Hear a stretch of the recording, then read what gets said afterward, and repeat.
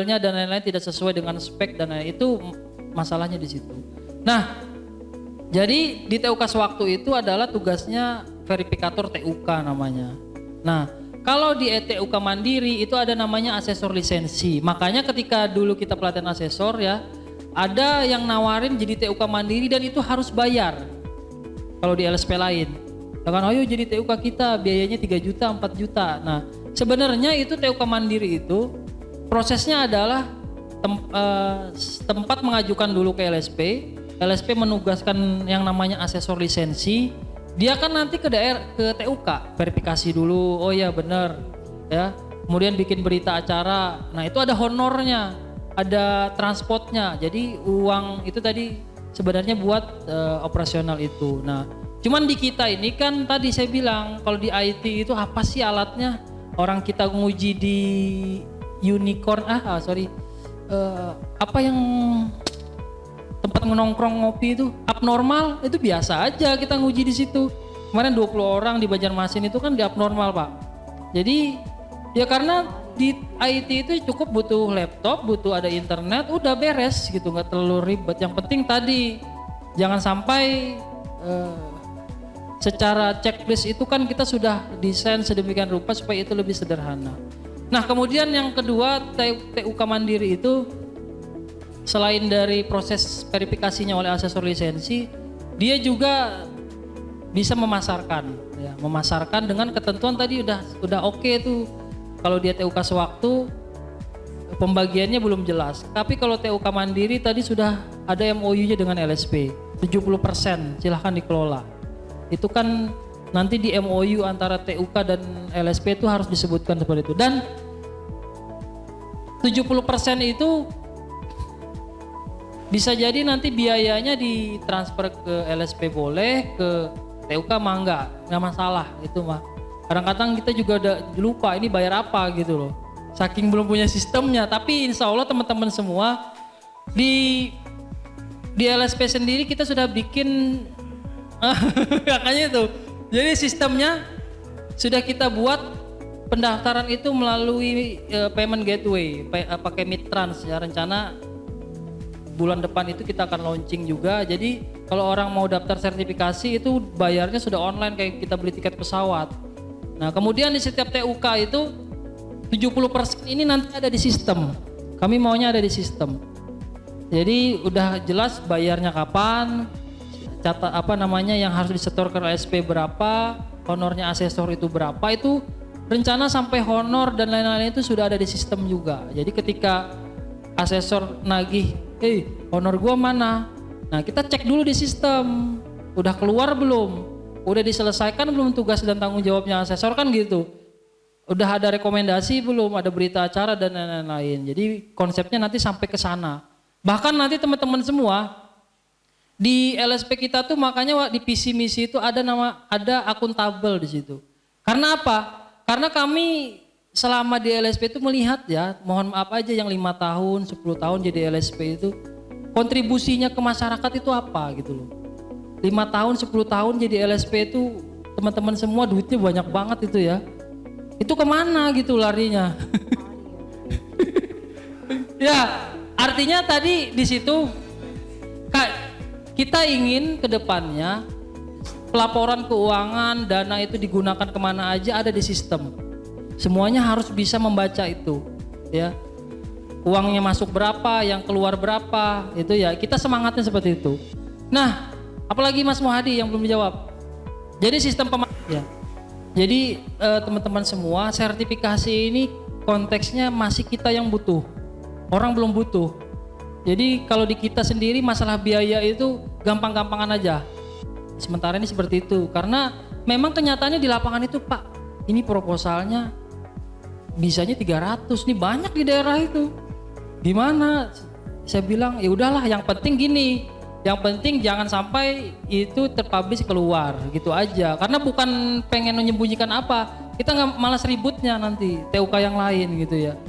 Jadi 300 ribu tetap oke. Malah ada yang 150 gitu kita oke aja, nggak masalah. Karena memang adanya cuman itu, gimana mau kita paksain, nggak bisa kan. Tapi tetap nanti konsekuensinya kan jelas ya. Kita di LSP udah tahu bagiannya berapa. Silahkan nanti yang di lapangan yang ngelola dari dana itu cukup nggak buat bayar asesor, cukup nggak buat TUK, ya kan? Cukup nggak buat transport. Ini contohnya kemarin yang di Pak Eko ke Palembang, ya tadi saya bilang biaya ujinya itu kalau nggak salah 500. Itu masih cashback kita ke TUK 30%. Ya 350 kan. Nah itu berarti kali 350.000, 20 orang berarti 7 juta.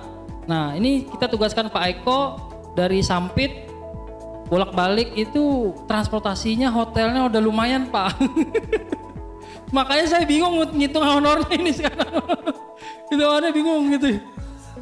Tapi sorry sebentar Pak, cuman bukan itu ya. Kita pengennya di situ kan asesor buka jaringan, ya kan? Buka jaringan itu pasti nanti dapat di situ.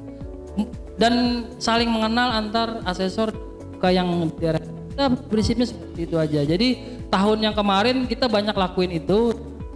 Ya jadi, nah kalau bisa memang kalau secara bisnis itu nggak masuk ya, tapi itu nggak masalah lah. Jadi masih ada suite dari lain kan nggak masalah gitu loh.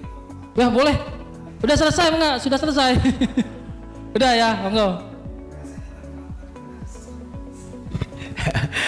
Makasih Pak. Yang pertama, yang penugasan saya ke Sumatera Selatan. Jadi kurang lebih 2,5 jam lagi dari kota Palembang. Tapi dari beliau juga ada beberapa lembaga yang memang di Sumatera Selatan tuh banyak tertarik menjadi TUK. Yang saya lihat itu ada satu TUK itu memonopoli seluruh kabupaten yang ada di Sulsel. Nah ini saya bongkar aja sih. Tapi TUK lain itu LKP lain tuh pingin ikut juga. Jadi ada satu beliau ini punya universitas, beliau punya kampus. Mahasiswanya 1.600-an orang.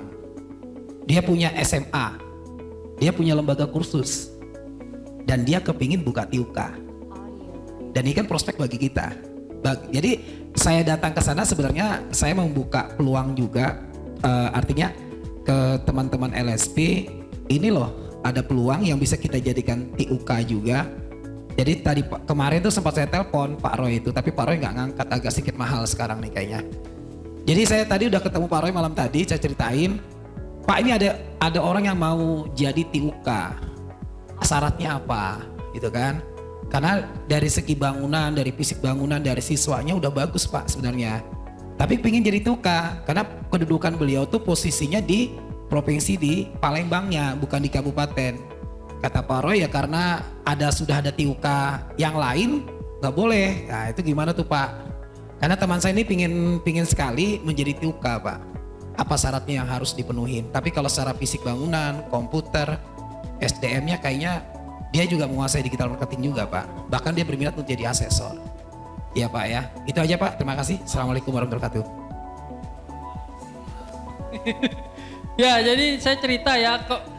Dulu zamannya Bu Eli itu ini mumpung gak ada orangnya tapi nanti direkam. Jadi dari Sumatera Selatan itu ada banyak Pak yang ngajuin jadi asesor itu di beberapa daerah itu.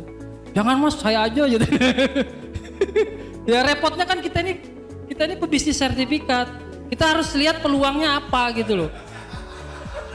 Saya bilang sampean mau konsep seperti itu untuk LSP-nya apa? Berani ngasih apa? Ya udah, dia bilang nanti di beberapa TUK kita akan coba di beberapa daerah kita yang jualan di sana. Dan itu dibuktikan memang. Jadi kita fine-fine aja karena di Sumsel itu Bu Eli itu sekitar 200 sampai 300 orang yang sudah ujian mandiri melalui jasanya beliau dan lumayan ya 300 orang kali 150.000. Nah. Nah jadi itu tentang bisnis aja Pak. Nah nanti ke depannya memang itu kita atur karena sudah ada TUK mandiri kan ya. Jadi TUK mandiri pun harus memfasilitasi yang pengen jadi TUK itu walaupun itu bentuknya nanti TUK sewaktu aja. Tetap ya oke, berarti beda kabupaten kan gitu. Iya siap. Ya, jadi di situ kelihatan kapasitasnya ya walaupun di kabupaten dia bisa ngatur yang sampai kota-kota. Itu aja sih. Iya. Nah, kalau TUK-nya online ya misalkan ini belum kita bahas tadi, coba nih. Kalau dia TUK-nya online ya, ini tetap bukan. Jadi yang 70% ini buat TUK mandirinya. Iya, mungkin marketingnya yang lebih banyak. Mungkin asesornya nanti 40% gitu, nggak masalah. Bisa aja, terserah aja kan TUK mandirinya yang ngatur. Hah? 40% asesornya, karena nanti di online itu ada, kalau bisa ya ada dana buat apa namanya, Zoom conference-nya kan, ada operatornya juga, berarti kan di situ dia harus keluarkan biaya yang lain gitu. Bisa aja mungkin TUK itu tetap ada, cuman dialokasikan ya untuk itu tadi, karena nggak ada tempatnya gitu. Prinsipnya 70% itu tetap dikelola oleh TUK mandiri.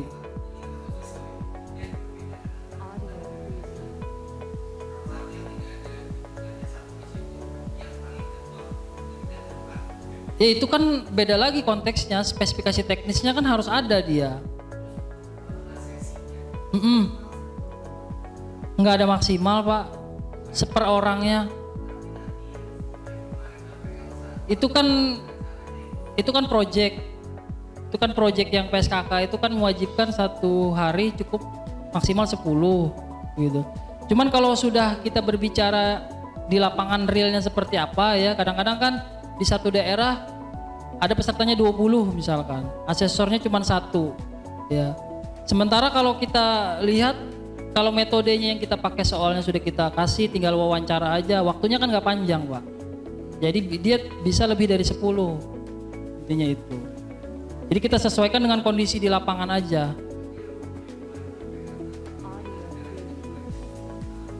Bisa jadi misalkan pesertanya ada 20 ya, bikin 2 lembar dong.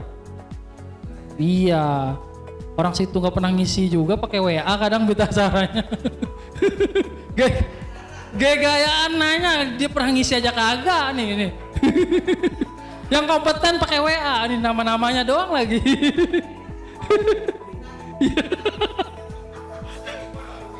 Oh, kalau dia keren. Pokoknya dari filingnya udah keren. Gimana Pak? Saya udah paham cara beliau ini bekerjanya Pak. Jadi orang itu diangkat-angkat dulu Pak, disanjung-sanjung begitu makanya tuh. Supaya nanti ditugasin. Karena sering berteman sama beliau udah paham, oh begitu cara. Tapi bagus juga itu Pak. Mau nggak Pak? Ya, jadi di awal tadi saya udah terangin, target kita setiap kabupaten itu satu TUK. Itu kan TUK mana sewaktu masih. Iya. Tadi saya udah jelasin juga TUK mandiri itu fasilitasnya apa aja, termasuk subdomain, termasuk nanti biaya iklan kita yang akan bantu. Woi. Iya. Iya kayaknya itu. Tapi kan tadi saya sambung bahwa di lapangan itu kondisinya tidak selalu begitu. Kita nggak pengen itu jadi konflik. Iya. Misalkan di kabupaten itu yang ujinya 10.000 gitu, TUK mandirinya nggak kuat 1, ya nggak apa-apa lah, dibagi 2 aja, ya kan? Tapi itu nggak banyak lah yang model begitu, mungkin nggak ada kali. Ya, tapi kita tidak menutup kemungkinan itu harus seperti itu nggak. Jadi in prinsip kita pengen TUK itu setiap kabupaten ada TUK mandiri. Ya.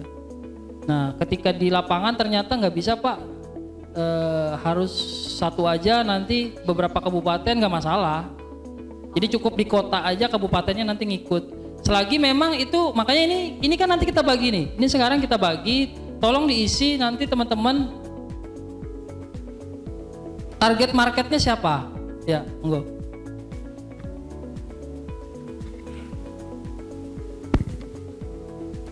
Saya setuju kalau LSP teknologi digital mau masuk ke kabupaten kota, dan hari ini mungkin pemetaannya untuk target 2021 ya, sebelum Pak Kis 2024 kan ya. Ya kan mumpung belum kan, atau 34 ya. Oke, jadi Mungkin nanti ada TUK yang bertipe, tipe A, tipe B, tipe C gitu. Jadi karena tadi kan variannya banyak. Ini gimana kalau nanti TUK-nya online, kalau ujiannya online gimana? Berarti kan ada tipe yang lain selain dua tipe yang pertama tadi sewaktu dan mandiri ya.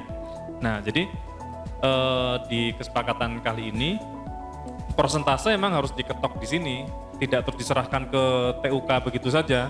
Itu berantem antara asesor. Mending saya nempel ke TUK yang bagiannya paling gede kan, gitu. Sesama pedagang sertifikat kan tetap ngitung itu kan. Ya. Ya, jadi tipenya kita banyakin nggak apa-apa, yang penting pembagiannya jelas. Kalau TUK tersebut masih masuk kategori tipe E misalnya, ya memang pembagiannya misalnya asesor 20% atau berapa persen itu sudah ditetapkan di sini. Kemudian yang sudah terjadi, yang sudah terjadi yang kemarin, nah itu mau diselesaikan lewat pintu yang mana nih yang belum selesai kan gitu. Karena hari ini kan kita melihat LSP ini kan LSP yang ya sebagai organisasi baru, mungkin hari ini kumpulannya teman-teman yang full komitmen, full loyalitas gitu ya. Pokoknya Pak Roy asal tunjuk aja berangkat pokoknya gitu. Tapi suatu saat kan mulai mikir juga tuh. Ya, jadi normanya harus segera dibentuk, kode etik dan sebagainya, termasuk teman-teman yang nanti mungkin kemarin ada yang saya termasuk yang belum selesai urusannya dengan tahun 2020 ya. Jadi laporan LSP 2020 nggak bisa diketok kalau kita belum selesai. Ya, dan itu harus diselesaikan satu pintu biar nggak lempar-lemparan gitu. Oh itu nanti yang tahu Pak Roy, yang tahu Pak ini, itu nggak selesai nanti. Jadi gitu Pak Roy. Usulan saya tadi TUK ada dibentuk beberapa tipe sehingga dengan itu kita langsung bisa merujuk. Gitu. Kalau ini masuk kategori uji kompetensi online berarti dia pakai aturan main yang online, aturan main mandiri, aturan main sewaktu, aturan main tipe TUK yang di situ hanya cuma punya satu orang. Misalnya ada asesor yang tinggal di daerah kabupaten mana yang di situ nggak ada LPK yang komputer, nggak ada ini, tapi asesornya tinggal di situ. Yaudah dia jadi TUK juga di situ, meskipun orangnya cuma satu orang itu aja, itu mungkin tipe sendiri tuh. Tipe khusus gitu, cuman ada PIC gitu ya, PIC Kabupaten Blora misalnya gitu. Oh iya. Nah, karena kalau GUSI kan memang se-Indonesia sudah. GUSI Bekasi, GUSI Jakarta, GUSI Semarang, GUSI Pekalongan, nah itu udah TUK-nya GUSI semua tuh. Oh, iya. Hah? Sekalian lah. Jadi saya setuju usulannya Mas Faris, apalagi termasuk tadi penyelesaian tanggung jawab asesor yang laporan-laporan belum masuk, ayo lah masukkan dulu. Nah, kalau saya usulannya itu kita tentukan, misalkan TUK itu katakanlah 30% ya, ya udah 30%. Nah, di situ kan ada 4 komponen.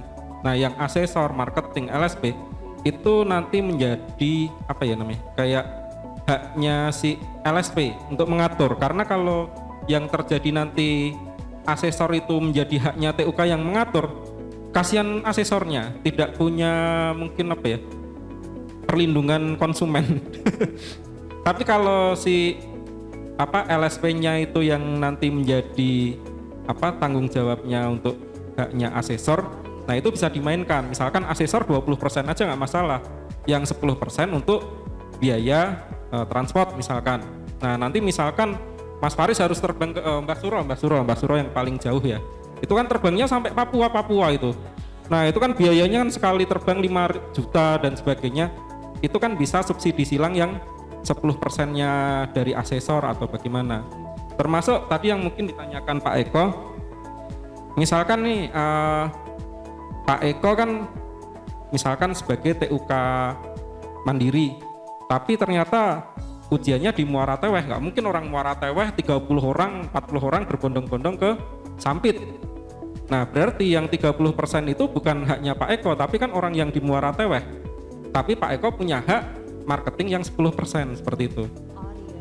Gitu. Nah, yang terjadi di mana? Tadi yang disebutkan, nggak nyebut sih Bu Eli gitu ya. Itu kan 30%-nya itu kan masuk ke tempat itu, tapi ujiannya dia di lembaga-lembaganya itu. Nah, lembaganya itu kadang-kadang tanya, nanti kalau misalkan konsumsi peserta, ini siapa yang membiayai gitu? Misalkan ada konsumsi gitu. Nah, itu kan yang kalau misalkan 30%-nya tetap ke TUK, kan dia bisa ngatur misalkan oh mau ada konsumsi, mau bayar listrik dan sebagainya, tapi si marketing tadi sebagai TUK mandiri tetap jalan 10%-nya. Itu mungkin bisa seperti itu. Artinya ketika ada misalkan nih Mas Faris kan di Semarang, nanti ada ujian di Redia Batang. Mas Faris kan sebenarnya kan dari Batang ke Semarang kan deket tuh. Cuma karena kalau harus mendatangkan orang di Batang itu ke Semarang itu biayanya jauh lebih besar, maka Mas Farisnya lah yang diusung ke Batang. Nah, tetap hak TUK itu jatuhnya ke pelaksana TUK-nya. Yang 10% marketingnya jatuh ke TUK mandirinya.